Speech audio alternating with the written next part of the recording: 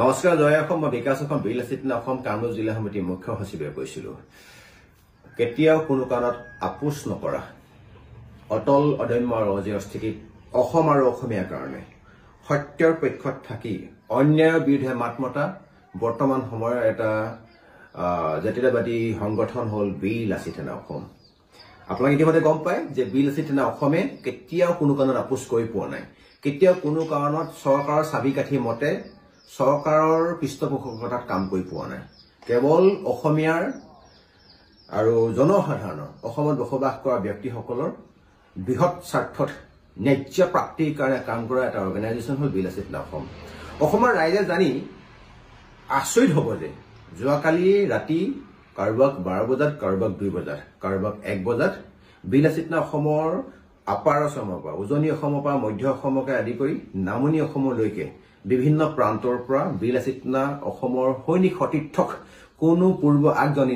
আগজাননী নিদিয়াকৈ অসম পুলিচ প্ৰশাসনে গ্ৰেপ্তাৰ কৰিছে উজনি অসমৰ হদিয়াত সাবুৱাত মধ্য অসমৰ মৰিগাঁৱত প্ৰেসিডেন্ট সেক্ৰেটাৰী আৰু বৰপেটা বঙাইগাঁৱৰ সেক্ৰেটাৰীক বিচাৰি এছপি ডিএছপি ওসি হাৰাশাস্তিমূলক ইটো পহিটো ফোন তেওঁলোকে বিচাৰি ঘূৰি ফুৰিছে ক'ত আছে কি নাই কৰা তেওঁলোকক গ্ৰেপ্তাৰ কৰিবৰ কাৰণে অসম পুলিচ প্ৰশাসনে বিভিন্ন প্ৰান্তত বিভিন্ন ব্যক্তিসকলৰ তথ্য নথি লৈ তেওঁলোকৰ ঠিকনা বিচাৰি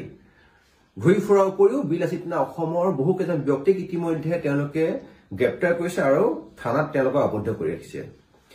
আমি একো গম পোৱা নাই কি কাৰণত কি এনেকুৱা অপৰাধ কৰিলে বিলাসিত অসমে যিটো সংগঠনে কেৱল অসমীয়া স্বাৰ্থত মাত মাতি আহিছে যিটো সংগঠনে কেৱল ন্যায় প্ৰাপ্তিৰ কাৰণে যুদ্ধ দি আহিছে তেনে এটা সংগঠনক হিমন্ত বিশ্ব শৰ্মা নেতৃত্বাধীন চৰকাৰখনত থকা কিছু সংখ্যক মান হেনাই এই গতিবিধিবিলাক লক্ষ্য কৰি আমাৰ বিলাসিত অসমৰ সৈনিক সতীৰ্থক গ্ৰেপ্তাৰ কৰিছে সকলোতকৈ লজ্জাজনক বিষয় যে বিলাসিত অসমে আজি যদি গেৰুৱা বসন পিন্ধিলেহেঁতেন বিলাসিত অসমে আজি যদি তেওঁলোকৰ চৰকাৰৰ যদি ৰজাঘৰীয়া যদি প্ৰত্যেকটো কথা যদি ইয়েছ ছাৰ ক'লেহেঁতেন তেতিয়া চাগে বিলাসিত অসম কেতিয়াও কোনো কাৰণত যদি গ্ৰেপ্তাৰ হ'বলগীয়া নহ'লহেঁতেন অসম পুলিচ প্ৰশাসনৰ সঞ্চালক প্ৰধান ডিজিপি জিপি সিং ডাঙৰীয়া অসমৰ বহুবল্কী বহুৰূপী চতুৰ মুখ্যমন্ত্ৰী হিমন্ত বিশ্ব শৰ্মা ডাঙৰীয়া আপোনাক ইয়াৰ পৰা এটা কথা আমি স্পষ্টভাৱে ক'ব বিচাৰিছো অনতি বিলম্বে আপোনালোকে এই সতীৰ্থকেইজনক আপোনালোকে মুকলি কৰি দিয়ক বিলাসিত অসমে কেতিয়াও কোনো কাৰণত অপৰাধ কৰা নাই কাৰণ আমি যিকোনো এটা কাম কৰাৰ আগত 10 বাৰ ভাবি চিন্তি কাম কৰো বিলাসিত অসমৰ সংগঠনটোৰ কাৰণে নহয় অসমীয়া জাতিৰ কিবা অপমান হ'ব নেকি অসমীয়া জাতিৰ কিবা সন্মান নষ্ট হ'ব নেকি অসমীয়া জাতিৰ কথা ভাবিহে আমি যিকোনো ধৰণৰ সিদ্ধান্ত লওঁ গতিকে অসম পুলিচ প্ৰশাসনৰ সঞ্চালক প্ৰধান ডিজিপি জিপি সিং ডাঙৰীয়া আৰু অসমৰ মুখ্যমন্ত্ৰীক ইয়াৰ পৰা এটা আমি কাটৰ আহ্বান তেওঁলোকক বিনা চৰ্তে মুকলি কৰি দিয়ক নহলে আহি থকা দিনত বিলাসিত অসমৰ সমগ্ৰ অসমতে আপোনালোকে গ্ৰেপ্তাৰ কৰি ৰখা এৰেষ্ট কৰি ৰখা এই সৈনিক সতীৰ্থসকলক মুকলি দাবীত কিন্তু সমগ্ৰ অসম জুৰি ব্যাপক আন্দোলন হ'ব গণতান্ত্ৰিকভাৱে আপোনালোকে এটা কথা মনত ৰাখক এখন গণতন্ত্ৰ হয় গণতন্ত্ৰত আপোনালোকে সুখী হ'ব লাগে যে বিৰোধী দল যেতিয়া শক্তিশালী নাথাকে বিৰোধী যেতিয়া কোনো পক্ষ নাথাকে আপুনি কৰা ভুলৰ মাত মাতিবলৈ তেতিয়া কিন্তু এখন চৰকাৰ একনায়কত্ববাদ স্বেচ্ছাচাৰী শাসন চলি থাকে গতিকে আপোনালোকে হিটলাৰী শাসনৰ সিস্টেমটো উঠাই আপোনালোকৰ এগেইনষ্টত যদি কোনোবা দল সংগঠনে মাত মাতিছে আপোনালোকৰ বিৰুদ্ধে যদি কোনোবা যদি বিৰোধী দলে যদি মাত মাতিছে আপোনালোকে তেতিয়াহ'লে